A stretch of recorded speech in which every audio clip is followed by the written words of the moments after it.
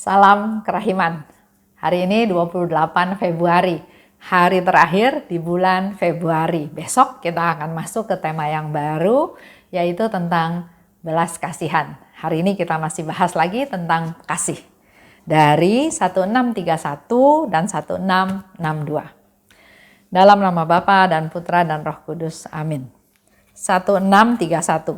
Oh luka kerahiman, oh hati Yesus, sembunyikanlah aku di dalam lubuk hatimu, laksana satu tetes darahmu sendiri, dan jangan biarkan aku terlepas dari situ selama-lamanya. Kurunglah aku di dalam lubuk hatimu, dan ajarlah aku mencintai engkau. Oh kasih yang kekal, bentuklah sendiri jiwaku supaya mampu membalas kasihmu. Oh kasih yang hidup, mampukanlah aku mencintaimu selama-lamanya. Aku rindu membalas cintamu untuk selama-lamanya. Oh Kristus, bagiku satu tatapan mata darimu lebih membahagiakan daripada 1000 dunia, daripada seluruh surga sendiri. Tuhan, Engkau dapat memampukan jiwaku memahami sepenuhnya siapa dirimu. Aku tahu dan percaya bahwa Engkau dapat melakukan segala sesuatu. Kalau Engkau berkenan memberikan dirimu sendiri kepadaku dengan begitu murah, aku tahu bahwa Engkau dapat memberikannya bahkan dengan lebih murah hati lagi. Bawalah aku masuk ke dalam kerengkuhan mesramu, sejauh itu dapat ditanggung oleh kodrat insani. 1662. Oh Kristus, menderita demi Engkau adalah kesukaan hati dan jiwaku. Perpanjanglah penderitaan-penderitaanku sampai tak terbatas, sehingga aku dapat menunjukkan bukti cintaku kepadamu. Semua yang ditimpakan oleh tanganmu kepadaku akan kuterima. Cintamu ya Yesus sudah cukup bagiku. Aku akan memuliakan Engkau dalam kesendirian dan kegelapan, dalam kesusahan dan ketakutan, dalam penderitaan dan kepahitan, dalam rintihan roh dan kepedihan hati. Dalam segala hal, semoga Engkau tetap dipuji. Hatiku sudah sama sekali tidak terikat pada bumi, sehingga Engkau sendiri sudah cukup bagiku. Sudah tidak ada satu saat pun dalam hidupku yang aku gunakan untuk diriku sendiri. Oh luka kerahiman, oh hati Yesus, sembunyikanlah aku di dalam lubuk hatimu. Itu yang Suster Faustina minta kepada Yesus. Yesus, sembunyikan aku di dalam lubuk hatimu. Bahkan dia minta lebih lanjut, laksana satu tetes darahmu sendiri. Jadi Suster Faustina minta dimasukin ke dalam lubuk hatinya Yesus menjadi satu tetes darahmu sendiri. Jadi dia udah nggak ada dia lagi. Yang ada udah bercampur dengan darah Yesus dan sudah menjadi dalam darah Yesus. Sudah menjadi satu kesatuan dengan Yesus yang menderita. Karena di sini dikatakan di awal luka kerahiman. Menjadi satu tetes dalam darah Yesus. Dia mau menderita. Dia rela menderita bersama Tuhan. Satu tetes ikut dalam Yesus yang menderita. Ikut merasakan penderitaannya Yesus. Dan jangan biarkan aku terlepas dari situ selama-lamanya. Jadi Suster Faustina sudah punya niat, sudah punya tekad untuk menjadi silih, juga mau ikut serta menderita bersama Yesus. Bahkan dia katakan jangan sampai terlepas, dia mau selama-lamanya di situ. Kurunglah aku di dalam lubuk hatimu, dan ajarlah aku mencintai Engkau. Jadi bukan hanya dikurung, tapi melalui peristiwa demi peristiwa, melalui penderitaan demi penderitaan, dia mau belajar bagaimana mencintai Tuhan dengan penuh kasih. Buat kita semua juga sama. Melalui apa yang kita alami dalam hidup kita, kita mengambil poin positifnya. Hal itu terjadi, apa yang saya bisa belajar dari kejadian ini. Dalam masa pandemi, sudah banyak orang sharing positif melalui masa pandemi ini dia mengalami hal-hal yang positif. Tahu artinya kesehatan. Tahu pentingnya pola hidup sehat. Tahu bagaimana menjaga diri dengan lebih baik.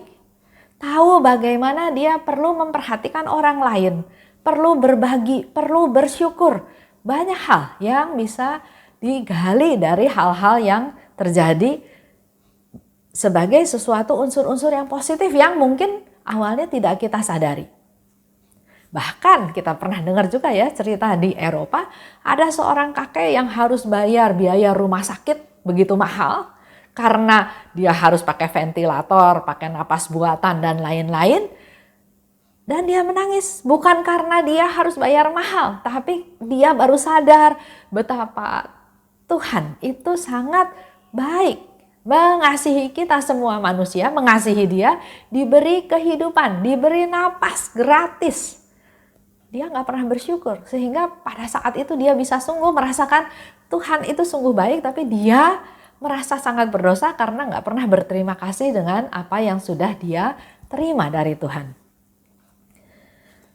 Jadi kalau kita mengalami kesusahan, mengalami penderitaan, minta kekuatan dari Tuhan, tapi justru juga sekalian minta supaya Tuhan mengajar dia melalui setiap situasi yang ada, peristiwa yang ada, apa yang saya bisa belajar dari hal tersebut.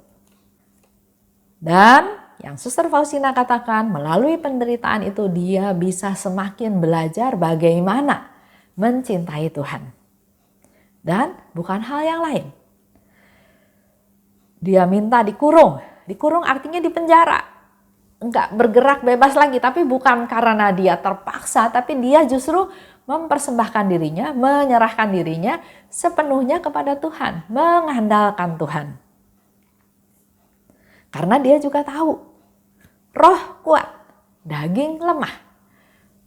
Begitu pula dengan kita ya, kita tahu daging lemah, tapi sering kita membiarkan daging ini berkuasa, malah rohnya yang kita abaikan. Hati nurani bilang lakukan A, tapi dagingnya bilang enggak, lain kali. Itu terjadi. Di sini Suster Faustina mau mengajar kita semua di akhir hari di bulan Februari bahwa belajar mencintai Tuhan juga butuh rahmat dari Tuhan. Karena daging lemah. Oleh sebab itu kurunglah aku. Jadi punya niat. Ya, punya niat. Dengan kehendak bebas dia punya niat untuk supaya dia dikurung di dalam lubuk hatinya Tuhan. Supaya mampu membalas kasih-Mu. Dengan dia belajar bagaimana mengasihi Allah, dengan dia bisa merasakan, bisa tahu apa yang dia terima dari Tuhan. Dan ini dikatakan untuk membalas kasih-Mu. Sehingga aku mampu membalas kasih-Mu. Oh kasih yang hidup, mampukan aku mencintai-Mu selama-lamanya. Suster Faustina dengan rendah hati mohon pada Tuhan untuk memampukan dia untuk mencintai Tuhan selama-lamanya. Aku rindu membalas cinta-Mu selama-lamanya. Satu tatapan mata dari-Mu lebih membahagiakan daripada 1000 dunia. Daripada seluruh surga sendiri. Dengan satu tatapan mata dari Yesus itu sudah membahagiakan Suster Faustina. Dan kita oleh Yesus diberi gambar kerahiman ilahi. Di mana Yesus sendiri mengatakan tatapan matanya yang penuh kasih itu sama seperti tatapan mata dia pada waktu dia ada di atas salib.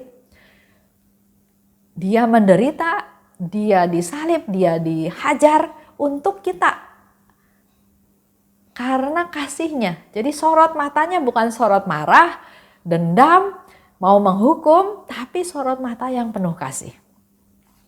Sehingga dikatakan oleh Suster Faustina, satu tatapan matamu aja udah lebih dari cukup dibandingkan dengan segala macam. Bawalah aku masuk ke dalam rengkuhan mesra-Mu. Sejauh itu dapat ditanggung oleh kodrat insani. Kita manusia terbatas ya. Kalau kita masih ingat cerita Musa juga waktu di Gunung Sinai, Dia sebagai manusia yang dipilih Tuhan juga ada batasnya. Maju lagi dia bisa mati. Sehingga di sini Suster Faustina katakan, bawalah aku. Tapi sejauh dia sebagai insani sanggup menanggungnya. Mari saya mau ajak Bapak Ibu semua selama bulan Februari ini banyak mendapat masukan tentang bagaimana cintanya, kasihnya Suster Faustina kepada Tuhan. Juga sekaligus kita juga banyak mendapat sharing dari Suster Faustina betapa Tuhan mengasihi kita manusia yang rendah hati, yang papa.